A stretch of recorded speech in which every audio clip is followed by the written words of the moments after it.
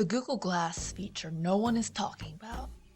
This article is sensationalist in both title and in body, featuring exclusive insights, edgy content, bold text, and loads more. But it does make some good points about this up-and-coming technology. In Wikipedia's words, Google Glass is a wearable computer that displays information in a smartphone-like hands-free format. Key features include a touchpad and voice activation system for navigation, a camera for recording, a display for showing notifications, and apps to supply those notifications. Google's been showcasing Glass's ability to unobtrusively give users access to digital and social media. Hearst first observes that the main popular complaint with the tech, its dorkiness, will be solved by partnerships between Google and companies that produce sunglasses and contact lenses. Then he goes on to observe a more pressing philosophical problem with Google Glass. That is, privacy. Hearst begins by giving his view of Google Glass. Weather, directions, social network requests, email overload, all floating in front of you, never out of your sight. For people who delight in a deluge of digital distractions, this is much more exciting than a smartphone, which forces you back to the boring offline world every so often when you put the phone away. This description brings up a good point. Glass makes it impossible for the user to get privacy from their social networks, since they're right there, continuously poking and prodding the user to do this or go there. Instead of your life determining your social media use, social media could determine your life. Not to mention the possibilities for social voyeurism, both for the Glass user and for his friends.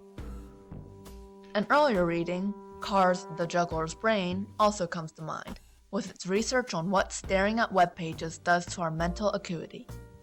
If spending hours each day has negative impacts on our attention span, what would entire days do? Then there's the issue of other people's privacy. Hearst gives us a hypothetical situation. Now pretend you don't know a single person who wears Google Glass, and take a walk outside. Anywhere you go in public, any store, any sidewalk, any bus, or subway, you're liable to be recorded, audio and video. 50 people on the bus might be glassless, but if a single person wearing glass gets on, you and all other 49 passengers could be recorded. Not just for a temporary throwaway video buffer like a security camera, but recorded, stored permanently, and shared to the world. It only gets worse when you realize Glass has the ability to instantly upload content to the cloud and then tag the video's featured people, places, and speech. It's extremely reminiscent of both Diane Martin's The Internet as a Reverse Panopticon and Jeffrey Rosen's The Web Means the End of Forgetting. A Google Glass user acts as a panopticon and everyone around them as prisoners stricken with paranoia about whether or not they're being watched or recorded. Glass also enables a reverse panopticon since everyone can watch whatever your or someone else's Google Glass has recorded about you. Then, that recording can be easily accessed through search engines by anyone at any time. Hearst's final kicker is that Google can control the information Glass picks up without the user's knowledge and offer it up to the government, other companies, potential employers, and other dangerous entities, whether through a public search or through a federal warrant. This harkens to E.L. Doctorow's story about getting held up at airport security because of one search history. So, voyeurism, distraction, panopticon, reverse panopticon, and discrimination. All issues brought about by a pair of glasses that can peep into everyone's privacy. Granted, Hearst portrays the situation as more dire than it is. All of these problems are only possibilities at this point. We have yet to see how the public and the government will react to Glass.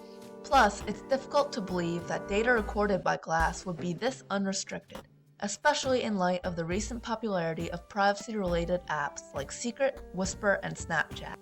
Also, what if Google Glass didn't automatically upload content to the Google server? It is possible to turn off the auto backup feature on Glass, and it's possible to just use USB to transfer your content from Glass to computer. So perhaps Google-geddon isn't upon us yet.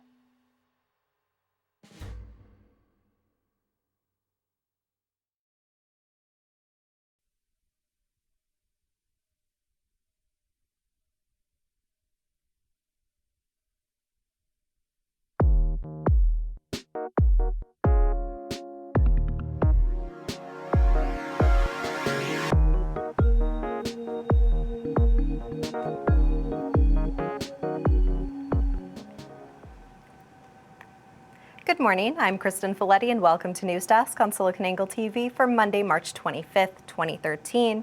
Here's your SiliconANGLE Daily Roundup. Real-time marketing is about to become the standard at BlackBerry. To accompany the launch of their new Z10 flagship smartphone, which will hit stores this Friday, the company is looking to turn their fortune around by using innovative marketing tactics to increase customer awareness. If they hope to make a comeback, there's no question that BlackBerry will need to do more than simply airing commercials to increase their meager 5.9% market share.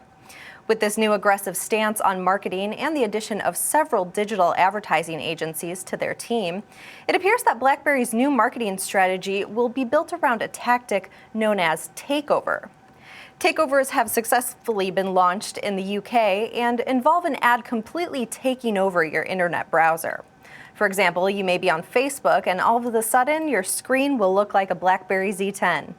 From there, you'll see a demo of a specific feature play out in front of you. The goal of the new campaign is to associate BlackBerry with innovation and showcase the new features of the Z10 that aren't available on other smartphones. Watch out for the Z10 to take over your device as you browse the internet in the coming weeks. Facebook Messenger users in the UK have something to talk about. The social media company is rolling out an upgrade that enables in-app voice calling. Previously only available in the US and Canada, the voice feature allows users to bypass their mobile provider's calling plan, saving them minutes by sending the voice call as data over Wi-Fi. Users attempting to call Facebook friends who don't have the Messenger app installed can leave a voicemail message. The service is still in beta mode, so there may be a few glitches, but with the success of the Messenger platform with voice in America, the rollout is expected to go smoothly. Facebook has increasingly been moving functionality into its own apps rather than relying on third-party technology like the Facebook video calling feature that's still powered by Skype. The T-Mobile Un-carrier pricing plans are live.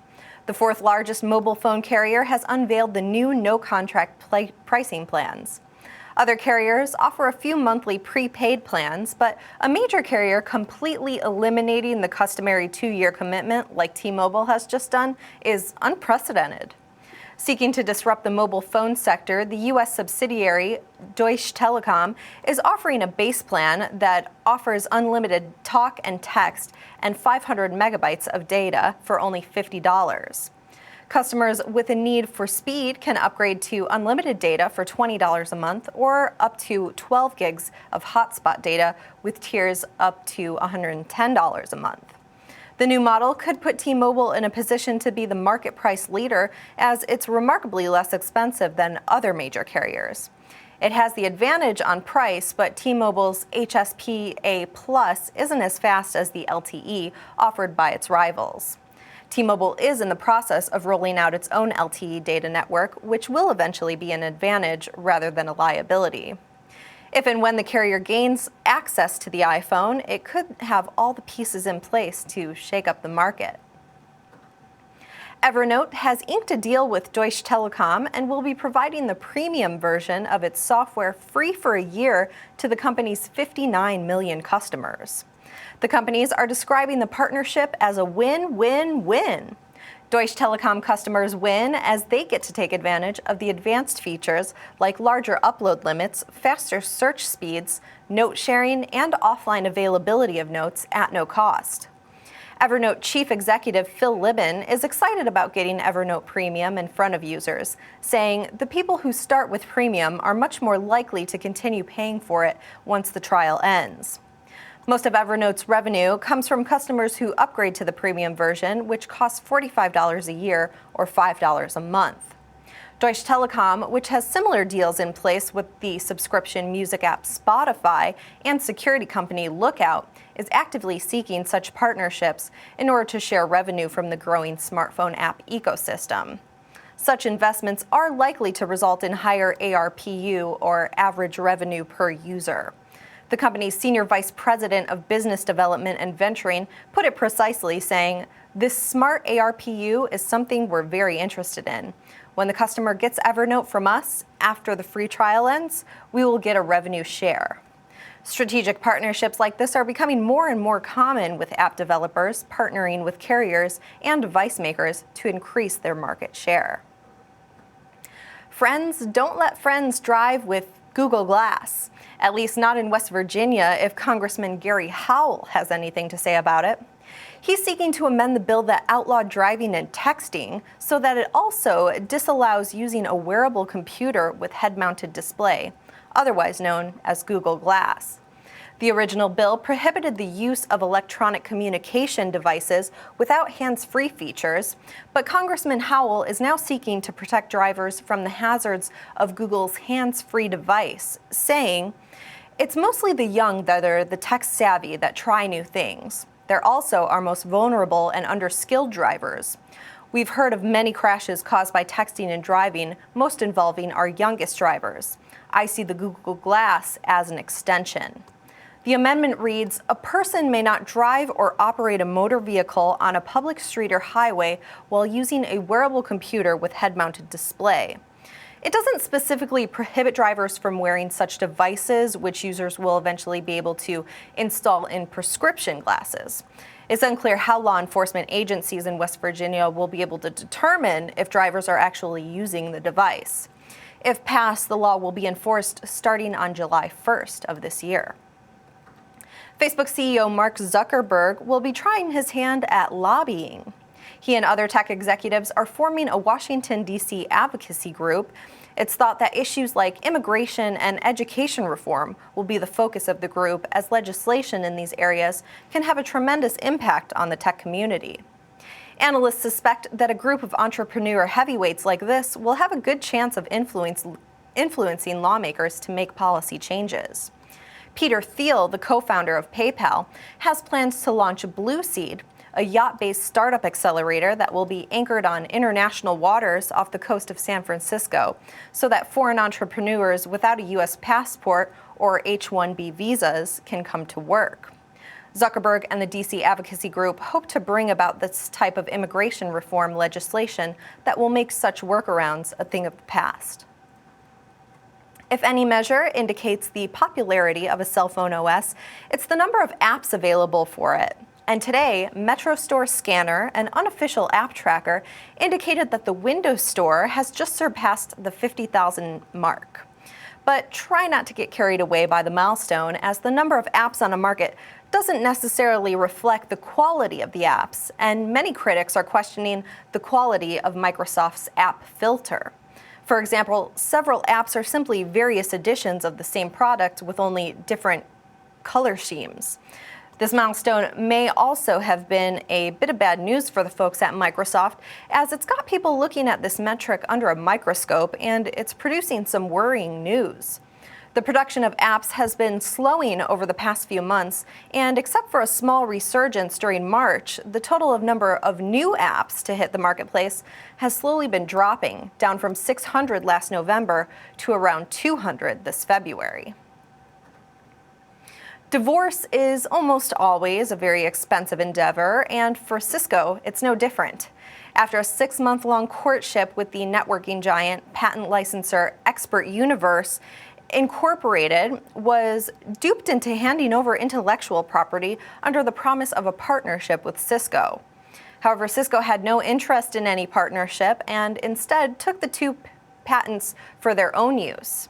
In legal terms, this is referred to as a fraudulent concealment, and these sorts of actions are not only very dishonest, but they're also extremely damaging, which is why Expert Universe was given a very handsome $70 million award in the lawsuit.